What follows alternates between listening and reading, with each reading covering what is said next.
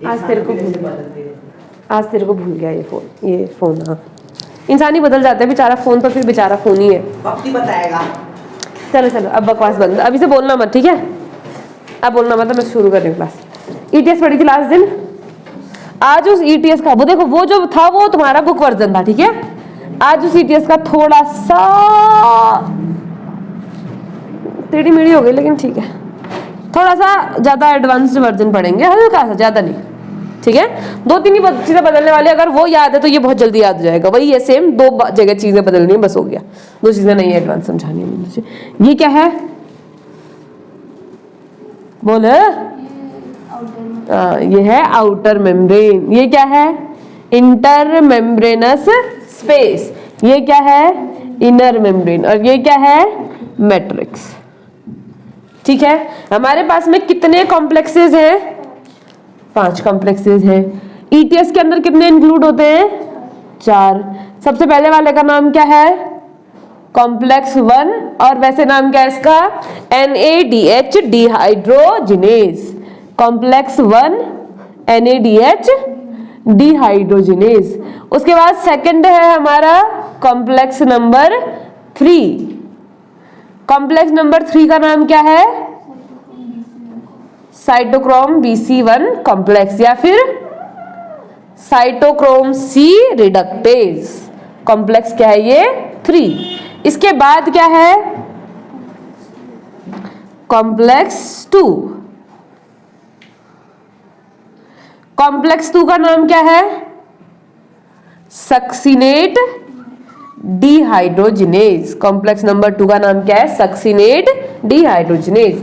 इसके बाद कौन है? Complex number 4। कॉम्प्लेक्स नंबर 4 का नाम क्या है? NAD cytochrome C oxidase. Cytochrome C नाम याद रखना है लड़की, नाम ही काम है, ठीक है? Cytochrome C oxidase. और एट द एंड हमको क्या मिलता है? ATP synthase. कौन मिला? ATP synthase. ATP सिंथेस में कौन कौन सा पार्ट है, कौन कौन सा कॉम्प्लेक्स है? F0 और F1 कॉम्प्लेक्स, ठीक है? सारों के अंदर कौन कौन सा चीज है वो याद है? सबसे ऊपर में क्या है? FMN और FES। इसके बाद क्या है? Cytochrome C1। इस वाले में कौन कौन है? FAD और FES। इस वाले में कौन है? CUA, very good. और यहाँ पर तो F0 F1 ही है, ठीक है? अब देखना यहाँ पर होता क्या है, ठीक? सबसे पहले हमारे पास में कौन आएगा? NADH। इसमें से हाइड्रोजन निकलेगा और ये क्या बन जाएगा? NAD+। अब इसमें से जो हाइड्रोजन निकला वो कहाँ गया? ठीक है, इसमें से जो हाइड्रोजन निकला वो गया FMN के पास में और बन गया FMNH2। ये नई चीज है। FMN काहे में बदल गया? FMNH और 2 में। यानी कि यहाँ पर पूरा का पूरा हाइड्रोजन गया है, सिर्फ इलेक्ट्रॉन नहीं गया है, बल्कि क्या गया? पूरा का पूरा हाइड्रोजन गया है, ठीक है? फिर ये FMN में से इलेक्ट्रॉन्स कहाँ जाएंगे? इलेक्ट्रॉन्स जाएंगे FES के पास में। इलेक्ट्रॉन्स कहाँ जाएंगे? FES। FES एक बहुत बड़ा कॉम्प्लेक्स होता है, खाली FES नहीं होता, फेरस सल्फेट कॉम्प्लेक्स होता है, आयरन का कॉम्प्लेक्स होता है एक पूरा का पूरा, जिसके सेंटर में आयरन होता है। और आयरन का क्या फायदा है? आयरन हमने +2 और +3 दोनों फॉर्म में क्या कर सकता है? अल्टरनेट। इलेक्ट्रॉन लेगा +2 बन जाएगा, इलेक्ट्रॉन छोड़ेगा +3 बन जाएगा, ठीक है? तो यहाँ पर से इलेक्ट्रॉन तो किसके पास गए? FES के पास गए। और जो प्रोटॉन्स है, इसमें से प्रोटॉन भी तो निकलेंगे ना, तो जो प्रोटॉन निकले, कितने निकले प्रोटॉन? 2। ये दोनों प्रोटॉन कहाँ चले जाएंगे? इनर मेम्ब्रेनस स्पेस में। कितने प्रोटॉन आ गए? 2 प्रोटॉन। लेकिन मैंने तो बोला था कॉम्प्लेक्स 1 से 4 प्रोटॉन जाते हैं, तो फिर बाकी के 2 प्रोटॉन्स का कहाँ गया? किस हिसाब? उसका तो हिसाब मिला ही नहीं हमको, उसका हिसाब अभी मिलेगा हमको। कैसे मिलेगा हिसाब? देखो, ये जो FES है इसने अपने इलेक्ट्रॉन्स दिए UQ, ठीक है? UQ को इलेक्ट्रॉन मिले तो इसने इलेक्ट्रॉन कैच किए और साथ में बाहर से उठा करके लाया हाइड्रोजन। इसने इलेक्ट्रॉन दिए और बाहर से क्या उठा करके लाया? ये हाइड्रोजन। और UQ बन गया UQH2, ठीक है? फिर ये UqH2 वापस से क्या बना, UQ बना, और इसके पास जो दो हाइड्रोजन थे वो हाइड्रोजन काहे में कन्वर्ट हो गए, हाइड्रोजन H पॉजिटिव आयन में कन्वर्ट हो गए और कहां चले गए, इंटरमेम्ब्रेनस स्पेस में। ऐसे लिख देते हैं, UQ को पकड़ा इन्होंने, UQ से क्या बना दिया, UqH2, ठीक है। UqH2 वापस से काहे में कन्वर्ट हुआ, UQ में। इसमें से जो इलेक्ट्रॉन निकला, इलेक्ट्रॉन तो आया इधर कॉम्प्लेक्स के अंदर नहीं, कॉम्प्लेक्स के बाहर, ठीक है। और जो प्रोटॉन निकला वो प्रोटॉन कहां चले गया, इनर मेम्ब्रेनस स्पेस में। तो अब कितना चले गए, टोटल 4 प्रोटॉन चले गए। अब देखना, ये जो UQ तुमने पहले पढ़ा था वो UQ नहीं है, ये है एसोसिएटेड यूबिक्विनॉन, यूबिक्विनॉन कहते हैं इसको, UQ मतलब यूबिक्विनॉन, ठीक है। अब ये जो इलेक्ट्रॉन आए, ये इलेक्ट्रॉन कैच किया दूसरे UQ ने जो इस कॉम्प्लेक्स से बाहर है। ये एसोसिएटेड है किसके साथ में, कॉम्प्लेक्स 1 के साथ में। ये एसोसिएटेड नहीं है, ये कॉम्प्लेक्स से बाहर है, अलग से है, ठीक है।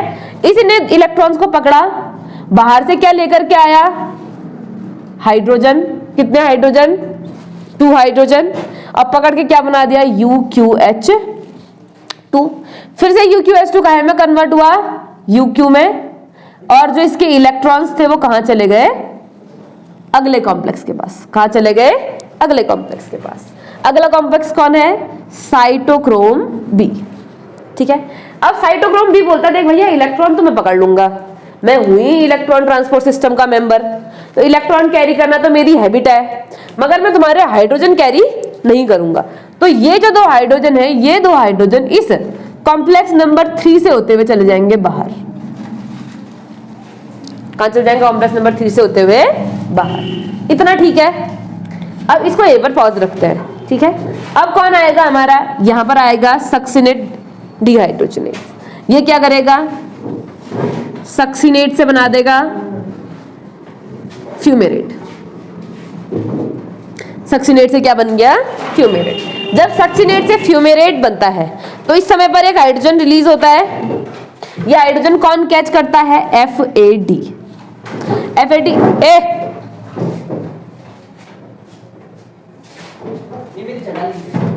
मार खाओगे, हिलो डुलो नहीं। FAD ये हाइड्रोजन कैच करेगा और क्या बन जाएगा, FADH, ठीक है। फिर ये FADH क्या करेगा, अपने इलेक्ट्रॉन छोड़ेगा। इलेक्ट्रॉन कौन कैच करेगा, इसके इलेक्ट्रॉन्स को FES कैच करेगा। ये FES इन इलेक्ट्रॉन्स को किसको दे देगा, UQ को। UQ इलेक्ट्रॉन पकड़ के क्या करेगा, बाहर से क्या पकड़ेगा, प्रोटॉन्स। ये FAD की वापस काय में कन्वर्ट हो जाएगा, FADH FAD में कन्वर्ट हो जाएगा, ठीक है। इसने इलेक्ट्रॉन पकड़े, क्या बन गया, UqH2। बाहर से क्या आ गए, 2 प्रोटॉन और आ गए बाहर से, ठीक है। फिर इसने वापस से इसको दे दिया और इलेक्ट्रॉन किसको ट्रांसफर कर दिया, साइटोक्रोम B को। साइटोक्रोम B से आगे को एक साइकिल चलेगी।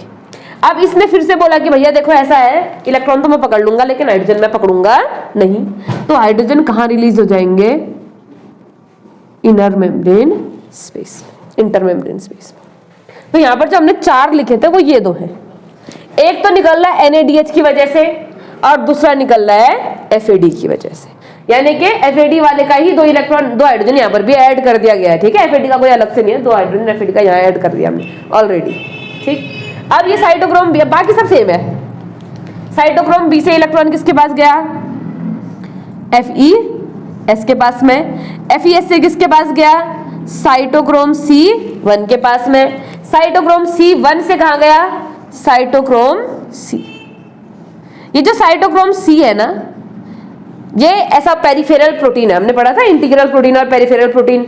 तो पेरिफेरल प्रोटीन क्या होते हैं, लिपिड के ऊपर लगे होते हैं जो मूव कर सकते हैं एक जगह से दूसरी जगह। तो साइटोक्रोम C भी मूव कर सकता है एक जगह से दूसरी जगह, ठीक है। इलेक्ट्रॉन पकड़ दिया तो क्या हो गया, रिड्यूस। इलेक्ट्रॉन पकड़ा तो साथ में हाइड्रोजन भी आया, क्या हो गया, रिड्यूस। फिर यहां जाके क्या करेगा, इलेक्ट्रॉन को छोड़ देगा और क्या हो जाएगा, ऑक्सीडाइज। इलेक्ट्रॉन छोड़ेगा तो किसके पास छोड़ेगा, CuA के पास में। CuA से इलेक्ट्रॉन किसके पास जाएंगे, साइटोक्रोम A के पास में। साइटोक्रोम A से साइटोक्रोम A3 के पास में। साइटोक्रोम A3 से कॉपर B के पास में। CuB से किसने पकड़ना है, इनको पकड़ना है ऑक्सीजन ने, कौन पकड़ेगा इनको? ऑक्सीजन पकड़ेगा, और ऑक्सीजन इसको काहे में कन्वर्ट कर देगा? वाटर में। वाटर में कन्वर्ट करने के लिए हाइड्रोजन भी तो चाहिए ना। अभी हाइड्रोजन कहाँ से आएंगे वो देखेंगे हम, ठीक है। जब ये प्रोसेस हो रही होगी इस समय पर क्या आ जाएगा अंदर? H positive. ध्यान देना, एक H पॉजिटिव आएगा NaDH वाले की वजह से, और एक H पॉजिटिव आएगा FADH वाले की वजह से। तो टोटल कितने आ जाएंगे? 2। लेकिन एक एक आ रहा है दोनों की वजह से, दोनों की वजह से कितना कितना आ रहा है? एक एक आ रहा है। अब ठीक है, अब यानी कि अगर मैं सिर्फ किसकी बात करूं, सिर्फ NaDH की बात करूंगी, तो 4 ये आएंगे, 2 ये आएंगे और 1 ही आएगा सिर्फ NaDH से। और सिर्फ FAD की बात करूंगी तो 2 ही आएंगे और 1 ही आएगा। लेकिन हम बात किसकी करते हैं? कंबाइंड की। क्यों? क्योंकि तुम्हें नहीं पता ना कि ये साइकिल कितने बार घूमेगी, ये वाली साइकिल कितनी बार घूम सकती है। एक बार घूमी तो 2 प्रोटॉन अंदर आए, यहां से 2 बार घूमेगी तो 4 हो जाएंगे, 3 बार घूमेगी तो 6 हो जाएंगे। तो कितनी बार घूम सकती है नंबर पे? रुकने वाला थोड़ी है कोई, कितनी बार घूम सकती है ना। जितने बार घूमेगी उतने बार प्रोटॉन बाहर से पकड़ के अंदर ले आएगी। समझ रही बात को? तो हम यहाँ पर नंबर को फिक्स नहीं कर सकते हैं, लेकिन एक हमने एस्टिमेट कर रखा। तुम्हारी बुक में लिखा हुआ है कि इसको पता करना नहीं है पॉसिबल, मगर हम क्या कर रहे हैं? एक एस्टिमेट कर रहे हैं ताकि अपनी थ्योरीज को क्या कर सके? आगे बढ़ा सके, ठीक है। अब क्या होगा? F0 F1 से क्या जाएंगे? प्रोटॉन बाहर। अब आपकी बुक में अगले पेज में एक ड्राइंग बनी है जिसमें आपको दिखाया कि 2 प्रोटॉन बाहर जाएंगे तो एक ATP बनेगा। ऐसा भी नहीं होता है। होता क्या है कि ये देखो कितने कॉम्प्लेक्स है यहाँ पर। एक, जब हम लोग किसकी बात करें? NaDH की बात करें। किसकी बात करें? NaDH की बात करें तो कौन कौन सा कॉम्प्लेक्स में होता है प्रोटॉन ग्रेडियंट बनना? एक तो कॉम्प्लेक्स नंबर 1 से प्रोटॉन ग्रेडियंट बनता है, वहां पर प्रोटॉन अंदर आएंगे। एक कॉम्प्लेक्स नंबर 3 से प्रोटॉन ग्रेडियंट बनता है, यहां से अंदर जाएंगे। और एक कॉम्प्लेक्स नंबर 4 से प्रोटॉन ग्रेडियंट बनता है। तो 3 बार प्रोटॉन ग्रेडियंट बन रहा है, तो इनकी वजह से 3 बार क्या बनती है? ATP। कितने बार प्रोटॉन ग्रेडियंट बन रहा है? 3 बार। तो कितने बार ATP बनती है? 3 बार, ठीक है। सेम टू सेम जब हम FAD की बात करते हैं, FADH की बात करते हैं, तो प्रोटॉन ग्रेडियंट खाली 2 बार बन रहा है, एक बार नंबर 2 से और एक बार नंबर 4 से। इसलिए कितनी ATP बनती है? 2 ATP बनती है। अब 2 H पॉजिटिव लिख दिया तो ले लिया, मान लेते हैं, ठीक है। लेकिन एक्चुअल क्या है? 3 बार प्रोटॉन ग्रेडियंट बन रहा है। प्रोटॉन ग्रेडियंट बन रहा है मतलब अंदर की तरफ को क्या हो जा रहा है? बहुत ही पॉजिटिव पॉजिटिव, बाहर की तरफ को क्या हो जा रहा है? बहुत ही नेगेटिव नेगेटिव। बाहर कम पॉजिटिव मतलब नेगेटिव कंपैरेटिवली प्रोटॉन ग्रेडियंट देखेंगे हम। तो यहाँ पर पे क्या होगा? यहाँ पर पे क्या बनेगा? ADP से क्या बनेगा? ATP। इसको हम क्या बोलेंगे? Oxidative phosphorylation. फॉस्फोराइलेशन, ठीक है। अगर वहीं पर बनता है जहां पर रिएक्शन चल रही है तो हम क्या बोलते हैं उसको? सबस्ट्रेट लेवल फॉस्फोराइलेशन, ठीक है। चलेगा इतना काम। अब देखना कितने प्रोटॉन अंदर गए, गिनते हैं। 2 प्रोटॉन, 2 2 2 2 4 2 6, और यहां पर से 2 गए 8, और ये 2 10। तो ये मेम्ब्रेन है। मेम्ब्रेन से इधर टोटल कितने प्रोटॉन गए? FNAD वाले के 2 गए। देखिए NAD के ये हाइड्रोजन है 2, ठीक है। तो 2 हाइड्रोजन किसके गए? NaDH के। इसके बाद ये दोनों, ये और ये सब क्या है? सीधा सीधा प्रोटॉन ट्रांसफर है। मैट्रिक्स से हमने प्रोटॉन पकड़ा और कहां डाल दिया? इनर मेम्ब्रेन स्पेस में। मैट्रिक्स से प्रोटॉन पकड़ा और कहां डाल दिया? इनर मेम्ब्रेन स्पेस में। मैट्रिक्स से प्रोटॉन पकड़ा और कहां डाल दिया? इनर मेम्ब्रेन स्पेस में। तो ये तो यही रहेगा ना, ये तो बैलेंस है। अब बाहर से अंदर गया, फिर ATP सिंथेस की मदद से अंदर से बाहर आ जाएगा। इससे कोई दिक्कत है क्या? ये तो बैलेंस है। बदला कौन है? सिर्फ NaDH वाला। तो NaDH के पास में क्या है? हमारे पास में हाइड्रोजन है। यहां पर हमारे पास में क्या है? ऑक्सीजन है। हाइड्रोजन पकड़ेगा ऑक्सीजन को और मिला के बना देगा क्या? वाटर। ये वाला H पॉजिटिव ये किसके साथ मिलेगा? ऑक्सीजन के साथ, और क्या बन जाएगा? वाटर बन जाएगा, ठीक है। अंदर से आने वाला हर एक हाइड्रोजन नहीं मिलेगा। जो बैलेंस है वो तो कुछ नहीं होगा उनमें। जो ये वाला है सिर्फ ये वाला मिलकर के क्या बनेगा? वाटर बनेगा। चलेगा काम। अब थोड़ा सा एक चेन के साइकिल के हिसाब से देखते हैं कि कहाँ कितना ATP बन रहा है करके, ठीक है। इसको उतार दिया, उतार रही है, उतार ले। तो फोटो खींचना है तो फोटो खींच ले, फिर बना लेना बाद में। -H पॉजिटिव मत लिखना। तो हमारे पास में सबसे पहले कौन था? हमारे पास में सबसे पहले था ग्लूकोज। सबसे पहले कौन था हमारे पास में? ग्लूकोज। ग्लूकोज से हमको क्या मिला? ग्लूकोज से हमको क्या मिला? Pyruvic acid. क्या मिला? Pyruvic acid. अब मुझे बताओ ग्लूकोज से पाइरुविक एसिड मिलने में मुझे क्या क्या मिला है? क्या क्या बना इसमें? क्या बना? NADH, एक NADH मिला और ATP मिला। कितना मिला? एक एक या दो दो? दो दो। दो मिले हमें NADH और दो मिले हमें ATP।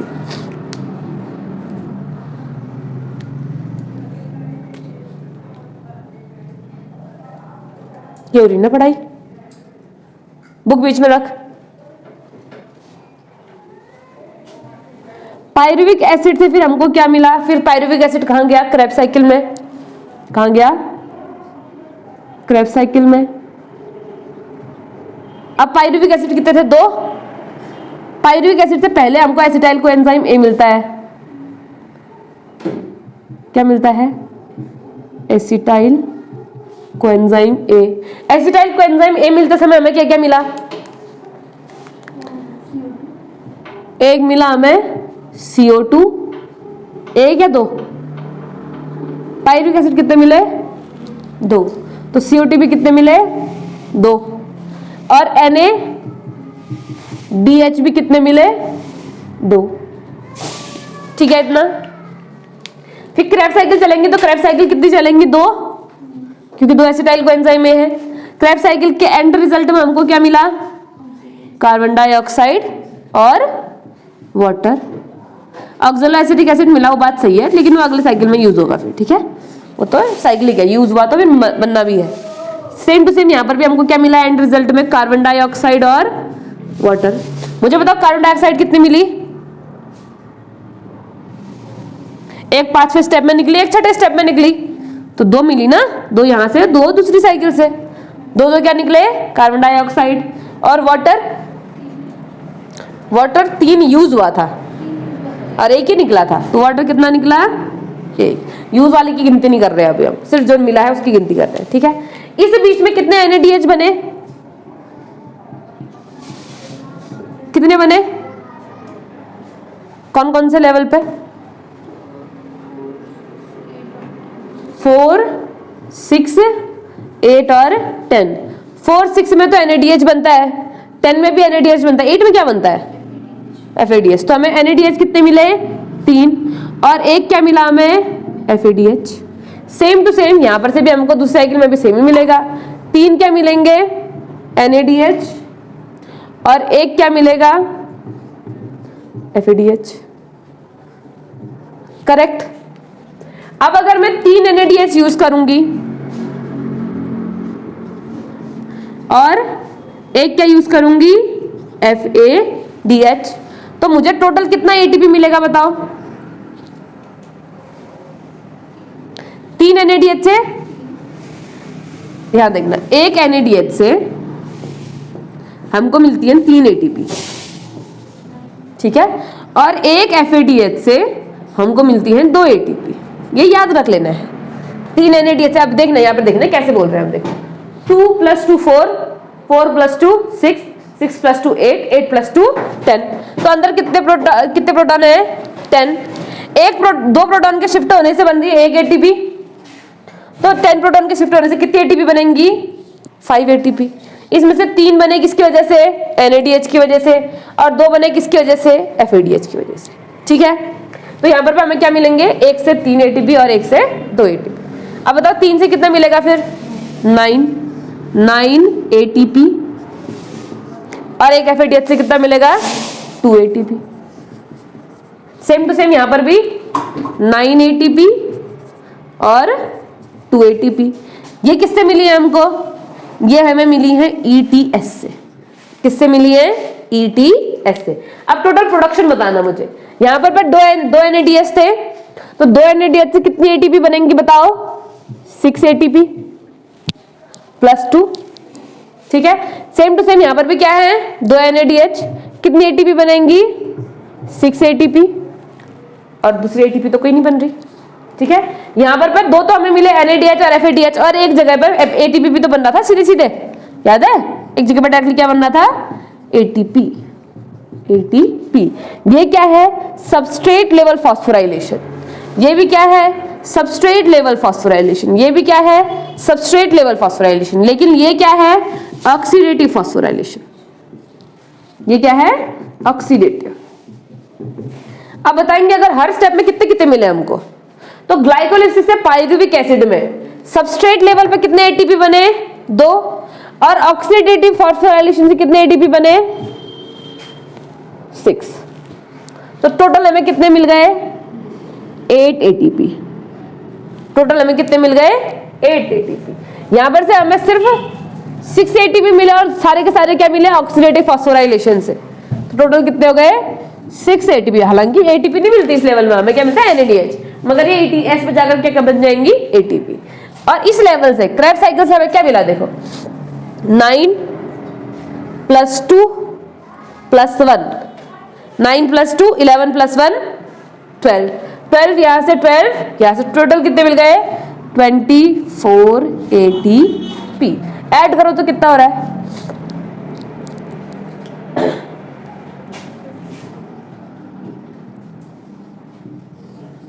ओवरऑल हमें कितनी मिल गई, 38 एटीपी। ठीक है, अगर ईटीएस से कितनी मिली बोलेंगे तो खाली इतना नहीं बोलोगे, ये तो मिली क्रेब्स साइकिल के रिजल्ट में। ऊपर ये दोनों भी है ना, 2 NADH कहां से है, ग्लाइकोलिसिस से, 2 NADH कहां से है, लिंक रिएक्शन से। इन दोनों से कितनी मिलेंगी, 6। तो अगर खाली ईटीएस कहेंगे तो ईटीएस से टोटल हमें कितनी मिलेंगी, 9 + 2 + 9 + 2 कितना हो गया, 22, 22 + 12 कितना हो गया, 34 एटीपी बनती है ईटीएस में। ठीक है, जिसमें से 22 किसका रिजल्ट है, क्रेब्स साइकिल के प्रोडक्ट्स का, और ये 12 किसका रिजल्ट है, ग्लाइकोलिसिस और लिंकर रिएक्शन का। याद रहेगा, प्रोडक्ट कहां से कितना मिला याद रख लोगे, चलेगा। एक एनएडीएच टूटने से 3 एटीपी और एक एफएडीएच टूटने से 2 एटीपी, 2 एटीपी, 3 और 2, टोटल एक साइकिल में कितनी मिल गई, 5। ऐसी साइकिल्स कितने बार चल रही हैं, एनएडीएच के लिए हमारे पास 3 प्रोडक्ट है तो 9 एटीपी बन जाएंगे, और एफएडीएच के लिए 2 एटीपी बन जाएंगे, सेम टू सेम भी बनेंगी। याद रहेगा, सबका प्रोडक्ट याद रहेगा पक्का, इतना ही है फिर ईटीएस में।